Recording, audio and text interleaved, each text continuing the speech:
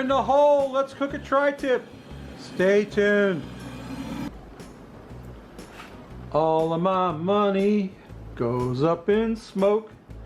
Hello and welcome once again to my barbecue grill. What I'm doing for you this week is we've got a USDA Prime beef tri-tip. This thing's been in my freezer for a while, so I decided to cook it up. I got my Santa Maria grill attachment out. Going to give that thing a chance to show its stuff. Let me get it out of the packaging and get it rubbed down, and we'll cook this puppy up, so stay tuned. Okay, I got this beautiful beef tri-tip out of the packaging. I'm not going to do any trimming to it. It's got some fat over here. It's got some pieces of fat here. I want all of that to be there. I want all that fat because we're going to do a forward sear on this puppy. And we're going to hit it with some Searing stir-fry oil. You know that's my binder, my go-to binder. Whenever I barbecue anything, it gets hit with Searing stir-fry oil first. Rub that down on there. It's already pretty wet, but I'm not too worried about it. But we're going to hit it with some, also, my favorite SPG, Lane's SPG. The reason I like Lane's best is it has the pepper forward instead of the garlic. I have some SPG that has the garlic forward. I don't like that. I like the pepper forward. I like garlic. But when I'm doing a rub like this, and I want a crust on my meat, I want the pepper to be forward. So this one has salt, pepper, and garlic, where the other ones have salt, garlic, and pepper. That's the ingredient list, tells you how much of each ingredient is in the actual rub. So let me get this thing rubbed down real nice, and then we're going to get it right on the hot fire, and we're going to sear it right off the bat. Then we'll raise the Santa Maria grill up. We'll put the thermometer in there and cook it till we get to about 125 internal for medium rare. And I'll show you how we slice a tri-tip. Let's get this thing rubbed up and get it on the grill. Stay tuned. Okay, the tri-tip's been rubbed with the SPG. We're going to lower it down all the way to the fire, all the way down, and get a good sear on that, both sides. It'll only take a few minutes because it's very hot fire. As soon as we get it seared, we'll raise it back up to where the fire is just touching it, and then we'll cook it the rest of the way. I'll put my thermometer in there. Let me get my Inkbird thermometer over here, and we'll cook it till it gets about 125 degrees. But first, let's get a good sear on that thing. It's getting there right now. Let it sear up. Just a few minutes on each side. We're cooking it Gaucho style on the Santa Maria. That's a hot fire right there. Okay, let's give it a few minutes and I'll bring you back when I flip it over. Stay tuned. I think I got a pretty good sear on one side of it. I think I'm going to flip it over right now. I'm going to grab it right here. Flip it over. Oh yeah. Oh yeah. That's looking good right there. That's how you want it, babies. Let's get that thermometer into the thickest part of it. Woo, that's hot. Oh, that's hot. I gotta get my glove. Hang on. Wasn't counting on it to being that hot. It is hot, let me tell you. Searing the other side of it right now. Had to use the glove. Oh, yeah. Okay, we got the thermometer in the thickest part of it. We're gonna sear the other side, which is what's happening right now. This side is seared as well as I want it to be. It's got a nice crust on it. And yeah, just gonna let that go. We're gonna raise it up and just let it sit on the fire until we get an internal temperature of about 125 degrees. We're nowhere near that now. But yeah, it's just gonna get some mesquite wood in there and some charcoal, and I can add charcoal as I need it. And that's about it. We're gonna raise that puppy up into a little bit higher than that to get it out of those flames. Although, you know what? Let's let the other side sear a while. Let the other side sear up a little bit, then we'll raise it up. Then we'll check on it a little while, see what the temperature is. Then it'll be time to slice this puppy up and drink a beer, so stay tuned. Okay, I got a good sear on the other side, so I'm gonna raise that thing up out of the fire. Just let it hang out there about that high. Let those flames kiss it. Just let it cook. Let it cook till it gets to 125 internal. Then we'll slice that puppy up and have a taste of this awesome tri-tip. Stay tuned. All right, my tri-tip is done. I'm going to get it off the fire, put it on a platter over here, get the thermometer out of it, and we'll loosely tent it with foil and let it rest for a few minutes, and then we'll slice into it. Looks pretty good, doesn't it? Let me get some foil out here,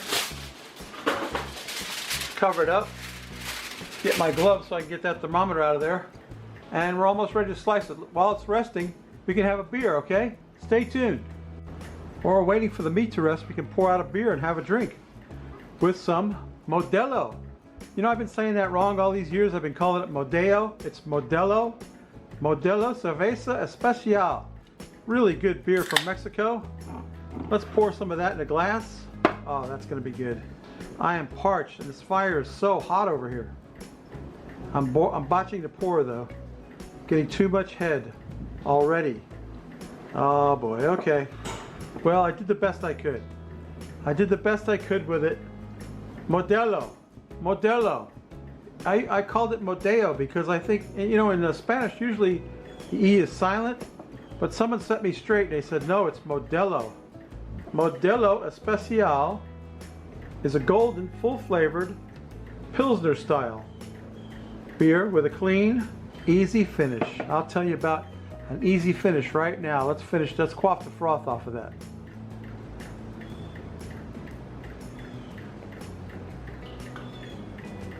Ah, I could tell I'm going to be having more than one today because it's so hot out here. Man, is it hot. And no rain. Mr. Megafred Zeppelin said to me, send me some of that rain. We can't spare none, Mr. Megafred. We can't spare a drop. It's so dry here in South Florida. It's crazy. Hey, let me get my tri-tip over here. We'll get it sliced up and take a taste, and we'll drink the rest of this beer, so stay tuned. That is one beautiful and juicy piece of meat right there, let me tell you. Let's talk about tri-tips. The grain on a tri-tip runs like this. You can clearly see it right here, but when you get to here, it starts to change. So the best thing to do is to cut right into the middle of it like this. Cut right down through here, and then we can see how we do. Slice right into the middle. Oh yeah, that's perfect. That's medium rare right there, isn't it? Beautiful. Now what we could do with this piece is, for the people who like it well done, you slice off this end right here. This end's going to be well done because it's so thin, see? So you start slicing off some thin, well done pieces over here. And you get these sliced up. Oh yeah, those look good already. Yeah, let me get the meat sliced up, and I got some chimichurri sauce that I made. I'll put a link at the end of the video for you to watch my chimichurri video. And we'll take a picture of this puppy, and then we'll drink the rest of that beer and take a taste. So stay tuned. My Gaucho style tri-tip is done. I can't wait to get a piece of this in my mouth. I want to pick out a nice one. A nice piece of that. Look at that. Don't that look good? Oh, sorry. It's got that chimichurri sauce on it. Let me get my beer over here. I got a napkin standing by. I got my beer standing by. Let me get that in my mouth. Oh, man.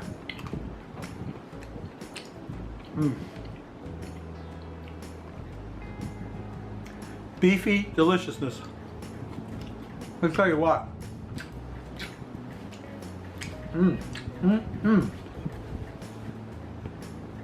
Yeah, I'm not happy with this camera angle. Anyway, Dave, that's my video. Awesome tri-tip, Gaucho style, Santa Maria behind me. Chimichurri sauce that I made a couple weeks ago. It keeps in the fridge for about a week or two. It's probably getting towards its expiration time, but it's still good. Delicious beef.